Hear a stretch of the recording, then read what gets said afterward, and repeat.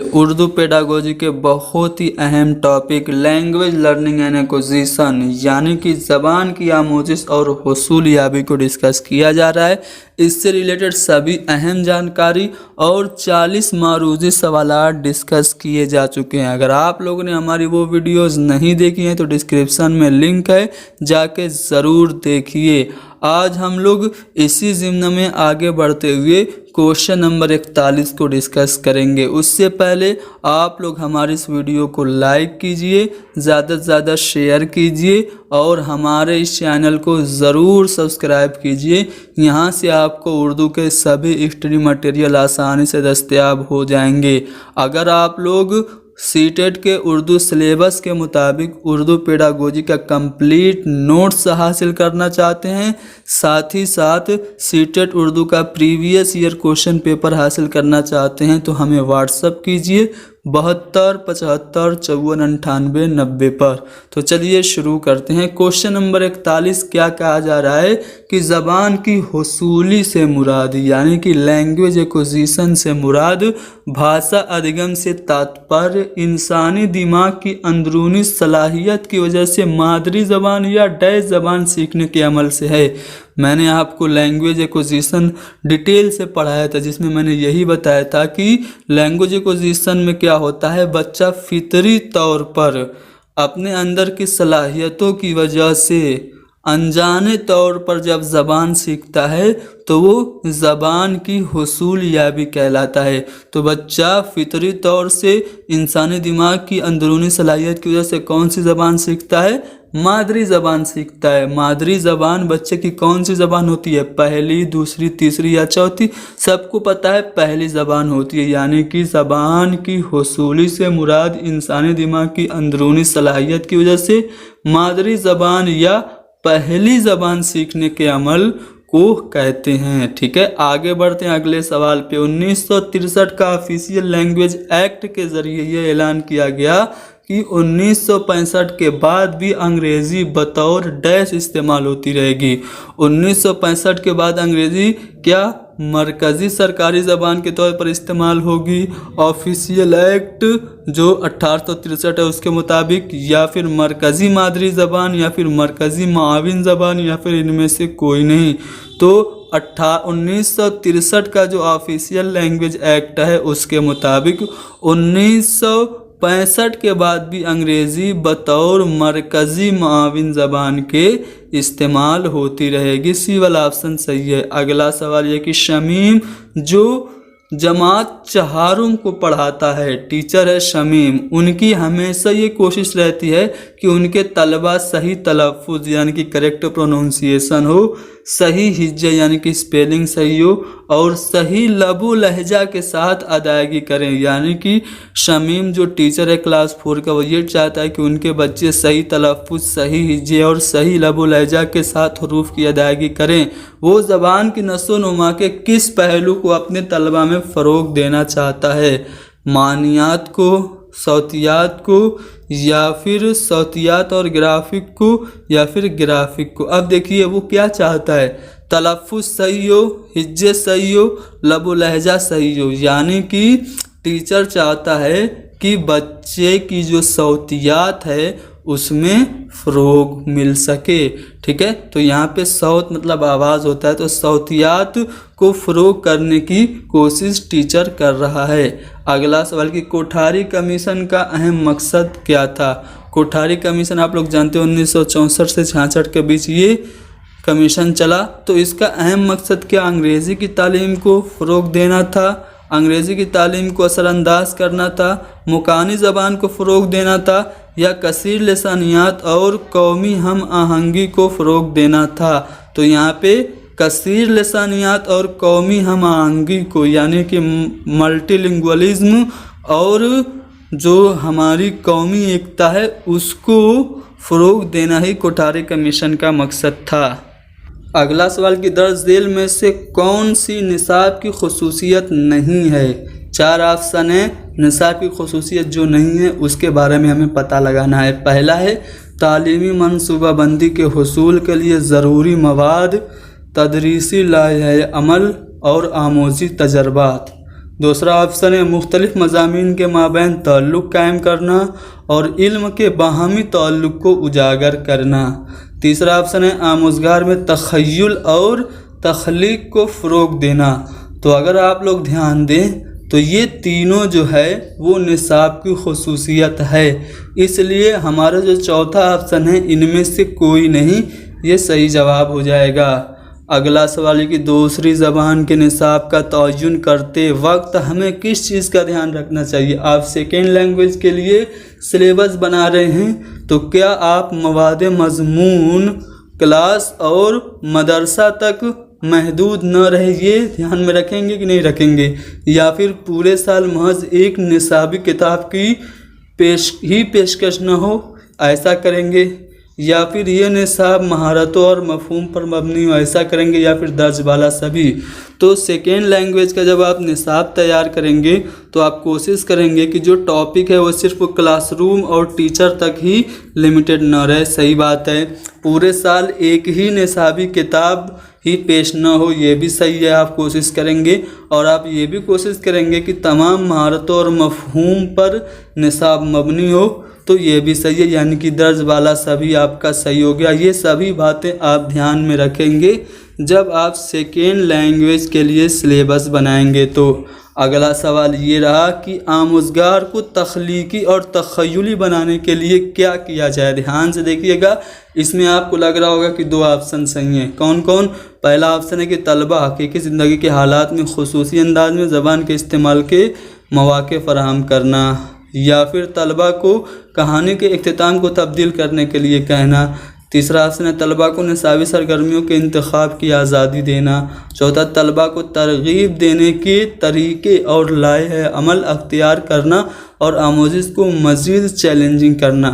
अगर आप चाहते हैं कि बच्चियों में क्रिएटिविटी आए और उसका इमेजिनेशन पावर बढ़े तो आप क्या करेंगे।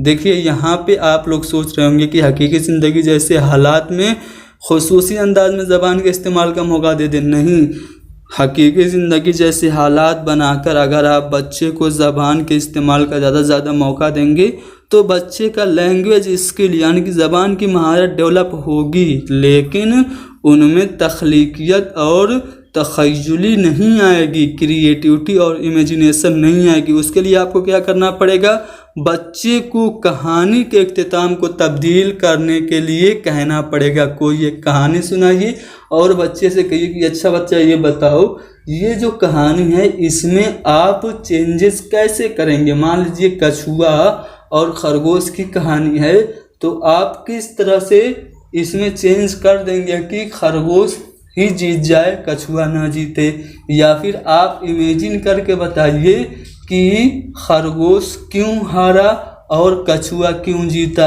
इस तरह से आप बच्चे को कहानी के इख्तिताम में तब्दील करवा के उनमें तख्लीकियत और तख़य्युली यानी कि क्रिएटिविटी और इमेजिनेशन पावर बढ़ा सकते हैं। तो दूसरा वाला ऑप्शन यहाँ पे ज़्यादा मुनासिब है।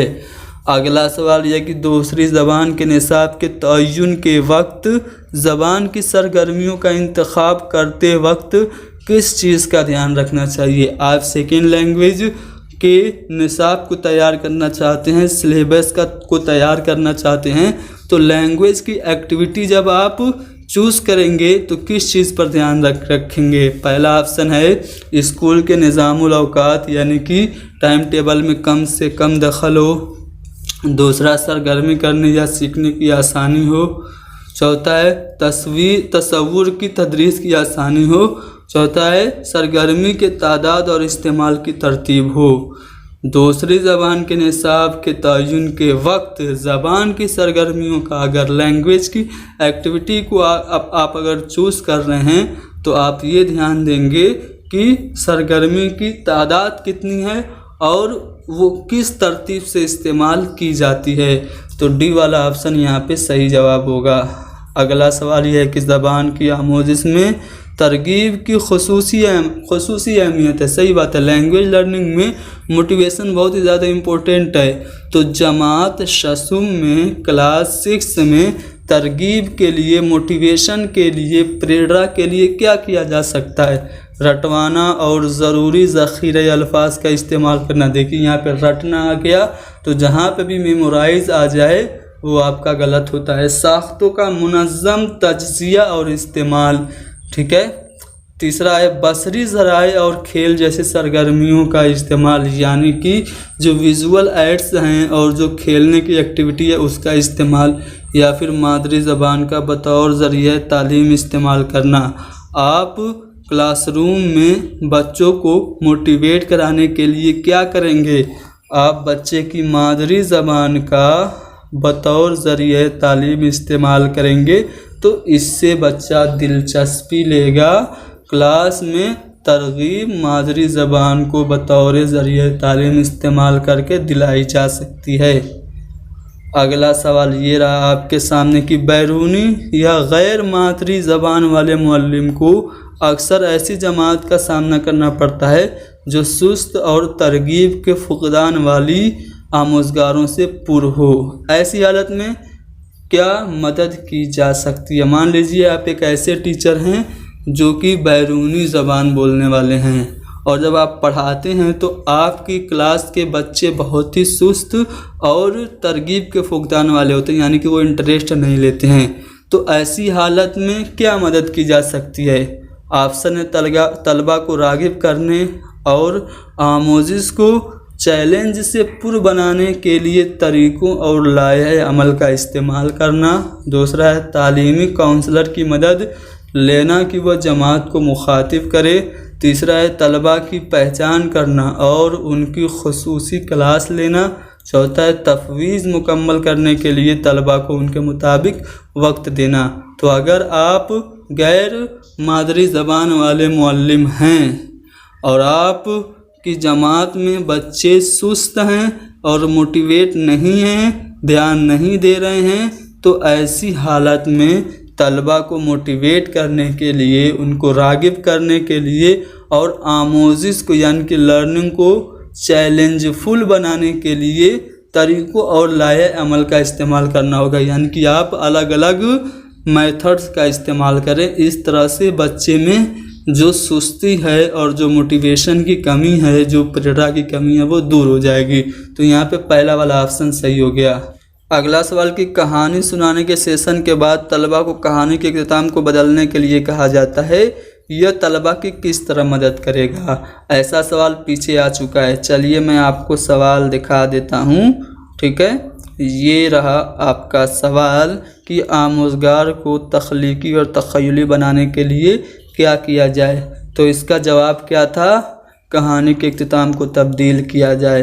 अब इसी सवाल को पलट के पूछ दिया है कि कहानी सुनाने के सेशन के बाद तलबा को कहानी का इख्तिताम बदलने के लिए कहा जाता है। आप बच्चे को कहानी सुनाते हैं और कहते हैं कि कहानी का क्लाइमेक्स चेंज करो, तो ये बच्चों को किस तरह से हेल्पफुल होगा? कवायद को बेहतर ढंग से समझने में, या फिर कुतुब खाना की हवाला जाती महारत के फ़रोग़ में, मुअल्लिम की असलियत की जांच में, या फिर तख़य्युली और तख्लीकी बनने में? तो क्रिएटिव और इमेजिनेटिव बनने में कहानी का इख्तिताम चेंज करना ये मददगार होता है। तो डी वाला ऑप्शन हमारा सही जवाब होगा। अगला सवाल ये रहा कि तलबा को इनफरादी, इज्तिमाई और क्लास की सरगर्मियों में मुलव्विस रखने की वजह क्या है? बच्चे को आप इंडिविजुअली और ग्रुप में क्लास की एक्टिविटी में बिज़ी रखते हैं, तो वजह क्या है? आप बच्चों को क्यों बिज़ी रखते हैं? क्लास ज़बान की क्लासरूम में तलबा को वाफर मिक़दार में मौका देने के लिए, ज़बान की क्लासरूम में महज तग़य्युर यानी कि वैरायटी लाने के मकसद से आप ऐसा करते हैं, या फिर मुअल्लिम के काम के बोझ को कम करने के मकसद से ताकि वो ज़्यादा से ज़्यादा असरदार बन सके, या फिर आमोज़गार यानी कि लर्नर्स को ऐसे मौके देने के लिए कि वो हकीकी ज़िंदगी के तामुलात में तालीम सीख सकें। तो एज़ ए टीचर आप बच्चों को इंडिविजुअली या फिर ग्रुप में कोई एक्टिविटी कराते हैं तो इसका मकसद ये होता है कि बच्चों को ऐसा मौका मिल जाए जो रियल लाइफ में इंटरेक्शन के लिए मौका दे, यानी कि एक ऐसा एटमॉस्फेयर बन जाए जो रियल लाइफ जैसा हो, हकीकी ज़िंदगी के तामुलात जैसा हो और उसमें बच्चे ज़बान सीख सकें। तो डी वाला ऑप्शन हमारा सही होगा। अगला सवाल कि जब छोटे बच्चों की सबक में दिलचस्पी कम होने लगती है तो मुअल्लिम को क्या करना चाहिए। बच्चा अब क्लास में ध्यान नहीं लगा रहा है, उसको सबक अब अच्छा नहीं लग रहा है, तो आप उसे कहानी सुनाएंगे या दिलचस्प सरगर्मी कराएंगे या उन्हें कुछ देर खामोश रहने के लिए कह देंगे। बच्चे मज़ा नहीं आ रहा है पढ़ने में, चुपचाप बैठो, या फिर आप कहेंगे कि जाओ बाहर खेल लो, या उन्हें बाहर जाने और खेलने की इजाज़त दे देंगे, या फिर उसे कहेंगे कि बच्ची आपको पढ़ने का मन नहीं कर रहा, थोड़ा सा सो लो। आप क्या करेंगे? अगर बच्चा बोर हो रहा है, सबक में दिलचस्पी कम हो गई है, तो आप उसकी दिलचस्पी को बढ़ाइए। कैसे बढ़ाएंगे? कहानी सुनाएंगे या कोई अच्छी सी एक्टिविटी कराएंगे। तो पहला वाला ऑप्शन सही होगा। अगला सवाल है कि ज़बान इंसानी बर्ताव की सबसे अहम खुसूसियत है। ये कौल किसका है? तो ग्लीसन का ये कौल है। अगला सवाल है कि ज़बान सीखने के लिए लाजिम है, लैंग्वेज लर्निंग के लिए क्या तरगीब यानी कि मोटिवेशन ज़रूरी है, कवायद का इल्म यानी कि ग्रामर की जानकारी ज़रूरी है, या फिर अल्फाज के मानी याद करना, या फिर कहानी पढ़ना। तो ज़बान सीखने के लिए तरगीब सबसे ज़्यादा ज़रूरी है। ठीक है, तो यहाँ पे हमारा पहला वाला ऑप्शन सही हो गया। तो दोस्तों हमने सीटेट के सिलेबस के अकॉर्डिंग पहले chapter language learning and acquisition से मुताल्लिक सभी अहम जानकारी दे दी और इससे रिलेटेड 55 सवालात भी डिस्कस किए जा चुके हैं, जिसकी लिंक आप लोगों को डिस्क्रिप्शन में भी मिल जाएगी। बाकी के सवालात हम लोग अगले वीडियो में डिस्कस करेंगे। आप लोग हमारे इस वीडियो को ज़्यादा से ज़्यादा शेयर करें, चैनल को सब्सक्राइब करें। Thank you very much.